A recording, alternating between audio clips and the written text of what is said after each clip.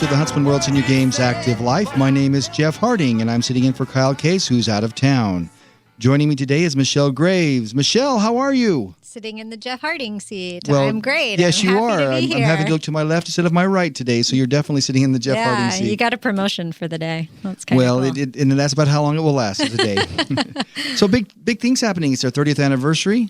Yes, and it's getting very exciting. It's getting close, we isn't it? are starting to count down the days, and we have a lot of fun things planned. And we do, and we have over 8,170 athletes as of today. Which is really good because our goal is 10,950. Yes, which is the number of days in 30 years. In case you didn't know, that's a nice piece of trivia. That's isn't right. It? So we are well on our way to get there. By the way, I'm not supposed to be the one put on the spot. You're the one that's supposed to be put on the spot. You're putting me on the spot. With numbers. No, I'm in this seat now. I get to put you on the spot. You don't get to put me on the spot. Okay. And some of our sports are closed, like pickleball and bowling and softball. We can't take any more softball or volleyball teams, but we still have 28 other sports that you can sign up for. So get in there and sign up right now. Yeah, it's great, and you should. Yes, you should. Now, Michelle, going to be the best games ever. Ever. Now, Michelle, we have spent a lot of time on the show talking about physical well-being. Today, I thought we should look at some tips that might help improve our emotional well-being. Oh, okay. So we're going to go a little different. I get a little therapy lesson, huh? That's right. All right, let's go. Keeping your emotional well-being balanced is no easy task. Feelings can be hard to figure out, and they might even appear to be out of control, but being able to manage your emotions and have healthy relationships with others is vital to your emotional well-being. So let's talk about 5 tips that we have to help us with our emotional well-being. The first is awareness of thoughts and feelings. Okay, so own it. Yes. And sometimes it's difficult to understand what causes the feelings, where they're coming from, and sometimes you feel like they're beyond your control. But if you actually think about it and try to be aware of it and take note of circumstances or maybe a thought or something that triggers those kinds of feelings, then you can begin to control it and keep your life in balance. So I'm sure there's other ways besides overeating or punching a wall, which I would think like men and women typically do in that order, right? Well, that might be the manifestation of the... So you're going to tell me how to deal with it better. No, that's all I'm telling you is you need to be aware of what's triggering you. Is it something that is, if every time you come into the room... Before you hit the wall, you need to notice. If you come into the room and there's always, it's a mess and it sets you off, you need to be aware that going into a messy room sets you off. So you need to take a step back and say, okay, I know that messiness is not something I like, but it doesn't have to set me off. That's right. something I can't control. Okay. So that's what that's saying. Great. The second one is stay positive. We all get in a bad mood once in a while, and there's nothing abnormal about that. But if you're constantly in a bad mood, it can wear away at your internal happiness. If you keep this frame of mind long enough, nothing will ever seem to be good.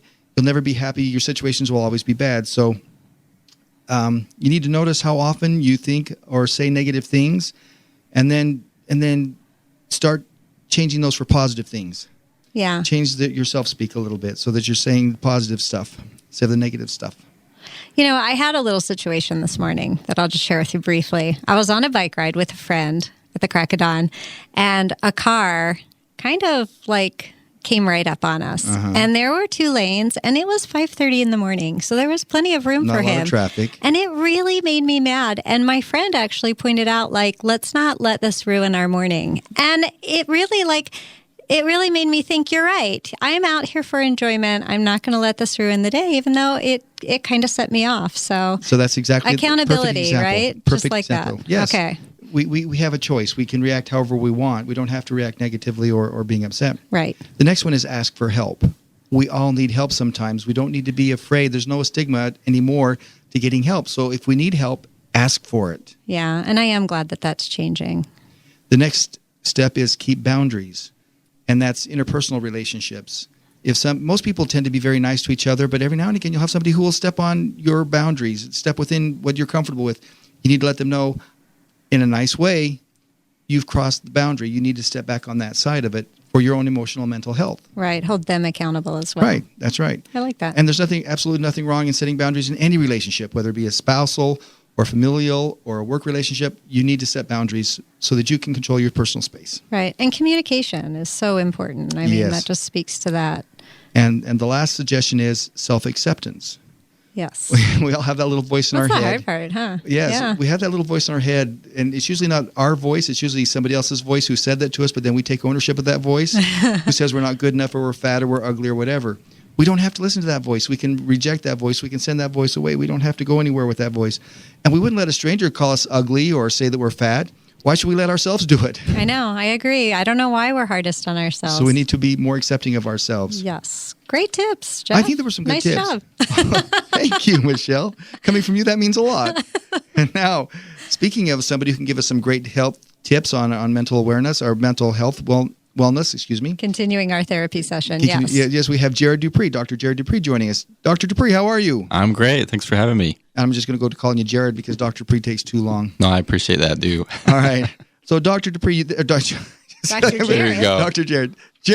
You can say Dr. J. Dr. J. That sounds good. We'll shoot some hoops together. Okay.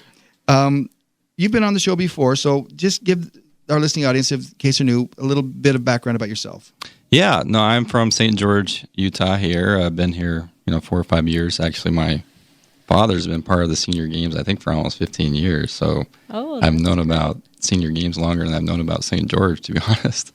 But I started out as a psychologist and family therapist. That's why all the therapy jokes here recently. But I moved more into health, psychology, and wellness as I've gone into my career and kind of focused on how different things like emotions, relationships, and physical health and all these things connect, and how all these connections can help us have a better holistic, spelled with the WH, holistic life, and find more life enjoyment by, taking advantage of what our life has to bring us. And I think that's so important. And we were talking before the show that so many people compartmentalize their lives. Right. This is my work aspect. This is my home aspect. This is my spousal aspect. But really, it's one great whole.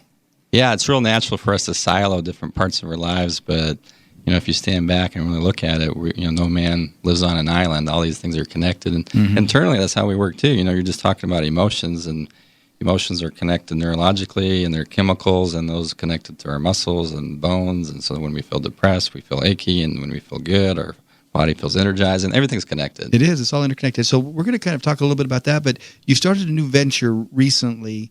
And, I have. And I think it's kind of exciting. And let's share. I'll go ahead and let you share a little bit about that. Yeah, I'm actually kind of excited about it. It's called Whole Fit Adventures. And for those that know me, I like to travel in an adventurous way.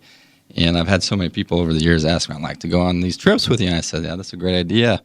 And so I've started this little venture, like you said, literally, where I take people on trips and we talk about wellness and kind of get a chance to get out of the normal routine of life and step back and say, how's our life doing? Is there any tweaking that needs to be done to help us feel better about ourselves or what direction we're going to?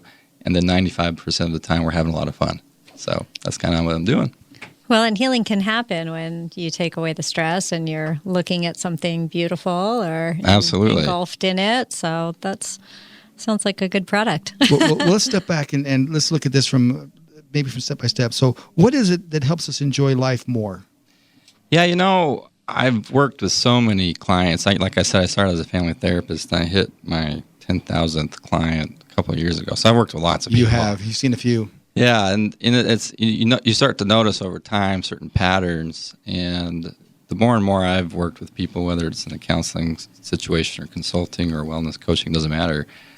Most people find more life enjoyment and more happiness if they align their life in terms of how they spend time. You mentioned setting boundaries, how they set boundaries, what they do with their lives based on something that's meaningful to them. And it's very common for us to get trapped into situations where we're doing things for other people, or we're doing things out of regret or shame or guilt, or we feel stuck. And so I help a lot of people try to find a more meaningful life, kind of help them step back and ask them, what helps you be happy for real? And what helps you have a certain life purpose? And then once they kind of figure that out or solidify it more, align the rest of the areas of their life with that, and things just start to naturally fall into place, including physical health. Physical health tends to be a symptom of these other things, and as they do this, these things just fall into place. as well as spiritual health, relational health, and all these different things. So I think you're absolutely right there. If you're just joining us, you're listening to the Huntsman World Senior Games Active Live on Fox News 1450 AM, and we're visiting with Dr. Jared Dupree, and we're talking about finding a balance and happiness in our life, and one way that we can probably do it is through adventure travel. Mm-hmm. So what is it about the adventure travel that maybe is more therapeutic than non-adventure travel? Yeah, I think a big part of it is, anytime we travel, I think a lot of the reasons why we like to travel is it gets us out of our routine. And oftentimes, hopefully, we get to travel with people we love to hang out with, whether it's a spouse or a friend or whoever. And so those are two things that I think are important. Usually you're with people that you care about and that you trust, and then you're in an environment that helps you get out of your routine, which obviously helps you kind of let go of those things that typically stress us out day to day. And by being in this situation where we're in a fun environment with people that we care about, we can start to think about the big picture more. And so, we have a ton of fun when we do these adventure trips, but we also kind of remind people through like kind of a devotional type of thing in the morning, and as we do these adventure trips, that, how's life going? We ask these questions to one another, and we say, if is life where you'd like it to be? And most of the time, people just need a little bit of tweaking here and there. But it's the act of getting out of your comfort zone and doing something fun with something that you care about, in an environment that's unique and even challenging sometimes. I think that's a big part of it. Yeah, and I just have one more thing to say, and then I'll let Michelle ask a question because I see she's going to. But something that we need to remember is adventure travel doesn't have to mean extreme. Right. It doesn't mean you have to be jumping off 1,000-foot cliffs or anything crazy. It's just doing something that you would not normally do. Yeah, I actually talk about it in my book. There's a chapter I wrote called Finding Your Life Purpose, and we discussed that there's 3 general themes that most people find are their general life purpose. And one of those is this idea of personal growth. We have this natural instinct to grow and expand and to learn more and experience more. And so my definition of adventure is kind of getting out of your comfort zone, not necessarily literally always like jumping off these huge cliffs like you're saying, but it's getting outside of ourselves and pushing ourselves a little bit in a good way to help us expand and grow and experience more. So adventure can be done right here in St. George or in Mexico, or learning to engage in a new hobby like photography or ballroom dancing. It can be lots of things. Adventure is just expanding who you are. Mm-hmm. And I think it's safely traveling out of your comfort zone so that you feel vulnerable, and then you can feel the success of that vulnerability. And yeah.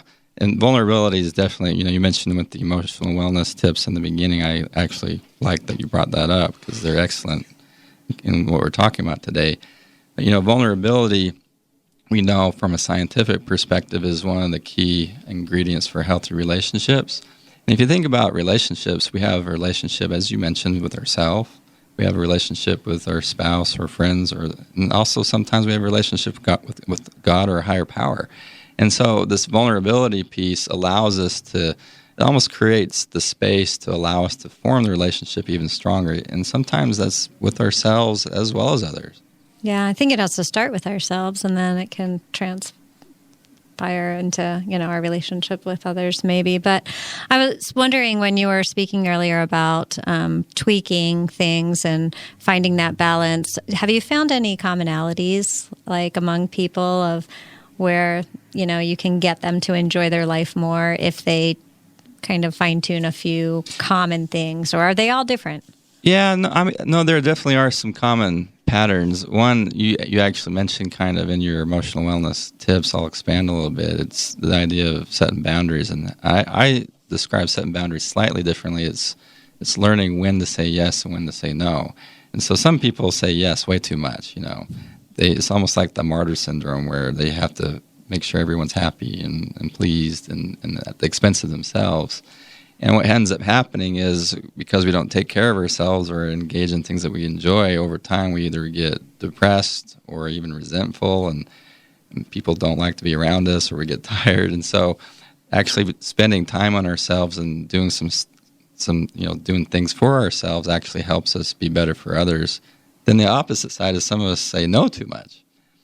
We have fear, or we think that it's not our right to do whatever, or we might be afraid that we're going to fail or something like that. And the Senior Games is actually an excellent example, because really what it's inviting people to do is to say yes to something that's going to really help them, not just personally but relationally and on a bigger life scale as well. And And it's empowering to see athletes at that age take on those challenges because they do. And so it's remarkable. And so you come away with a feeling like, well, if that 90-year-old could do it, then maybe I should go sign up for a race or something like that. Yeah, absolutely. And to be honest, engaging in something like the Senior Games is really just a shadow for the rest of the year, the rest of your life. It's saying something to yourself that really provides both a physical and a psychological pattern for the rest of the year. It's saying yes to something good and getting out of your comfort zone. Yeah, and you're right. One of the benefits of it is the social aspect. I mean, more than anything, these athletes come back at an 80% return rate, and they've established these great relationships and commonalities with each other and with people from all over the world. And there's great, emotional benefit to that as well. Yeah. Yeah, you mentioned other common patterns. Another one that comes to mind is just not taking time to think about who we are for real. We get so caught up in the day-to-day, week-to-week stuff, and we forget that, I mentioned photography. I actually am starting to take classes myself on how to do photography better, and it's something I always want to do, but I've done it for 25 years. It's been on my mind, but I stepped back and tried to not just talk the talk, but walk the walk of what I preach myself and say, what can I do to enjoy life better and be me? And that's just an example. And so another common pattern, I think, is just stepping back and asking yourself, who am I? What do I really like to do? What have I always wanted to do? And then take a leap of faith and do it. Yeah, you're a great example of that with all the components of your business.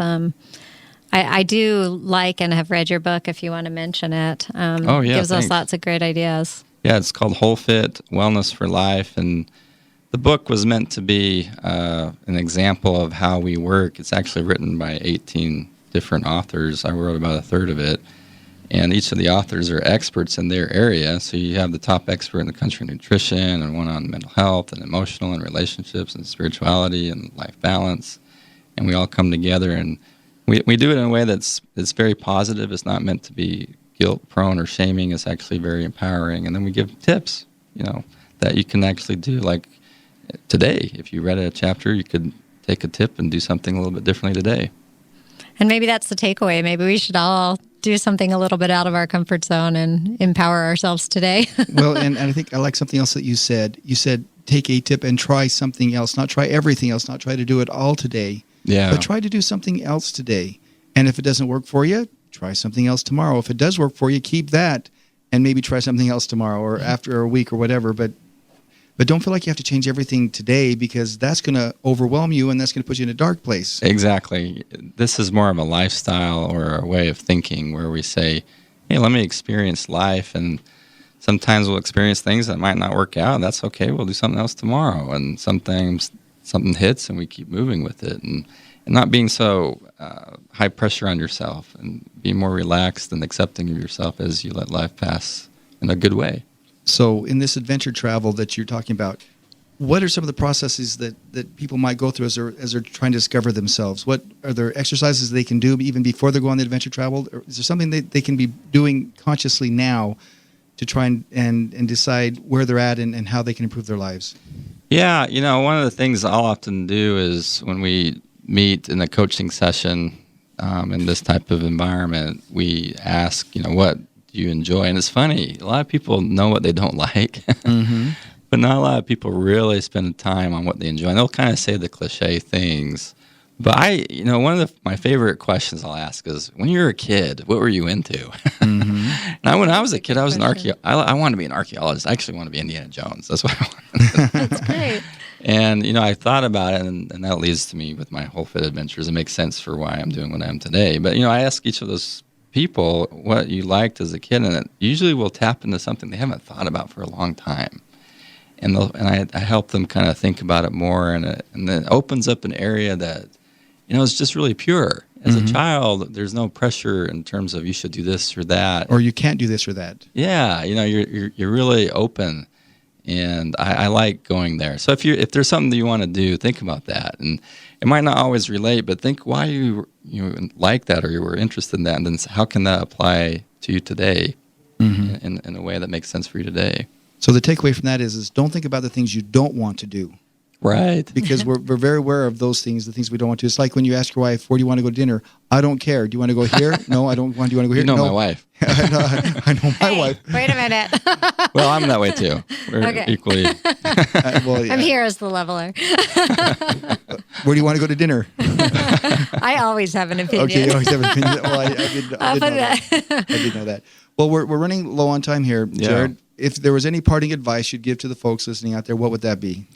We just have one life to live, and you might as well take advantage of it. And, once you mentioned something I think is important. This isn't a high-pressure type of mentality. This is more of a less-pressure mentality, because it's this idea of saying, yeah, let's step back and go ahead and say no to the things that don't matter so much and say the yes to the things that do.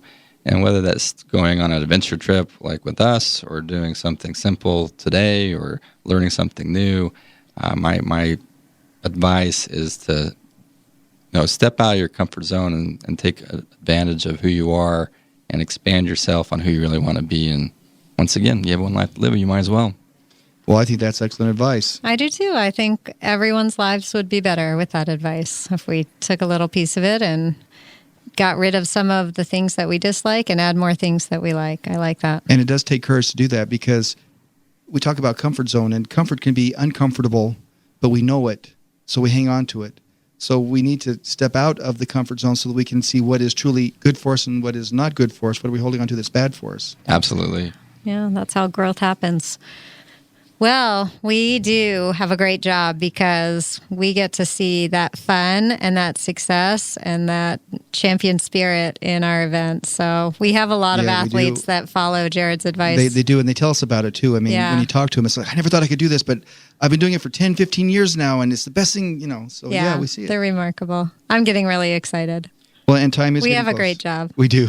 We do. The time is getting close. So, Jared, thank you very much for joining us today. I'm sure we could have you back again sometime in the future and talk about some more stuff, because you're a wealth of knowledge, and we sure appreciate that. Yes. We want to thank our listening audience for joining us today. And we'd like to remind everybody that we are here every Thursday at 4:30 p.m. So tune in and listen. And you don't want to miss a single episode of the Active Life, Huntsman World Senior Games Active Life, because we have great guests like Jared here. Yes, a wealth of knowledge. And one thing we should say is registration or the late fee starts the 2nd of See, I'm of next calling you month, out. the 2nd of August. So you only have a couple more days to get the best price to sign up for the to games. get the early bird registration. That's Yes. right. And if you happen to miss, for any reason, a previous show, you can find it on our website, seniorgames.net. We have this, and all of our previous shows will be on that website, so you can be there. And as mentioned at the top of the show, registration is going strong, and you can register at seniorgames.net and click on the register button. We would love to see you. We're working as hard as the staff to make the 30th anniversary edition of the games memorable, so plan now to attend. If you have any comments or feedback about our show, we'd love to hear from you. Just send an email to activelife@seniorgames.net. And our quote for the day comes from Ann Landers. She says, and it ties in to today's topic, at 20, we worry about what others think of us. At age 40, we don't care what they think of us. At age 60, we discover they haven't been thinking about us at all. I love that. That's pretty good. So until next time, everyone, stay active.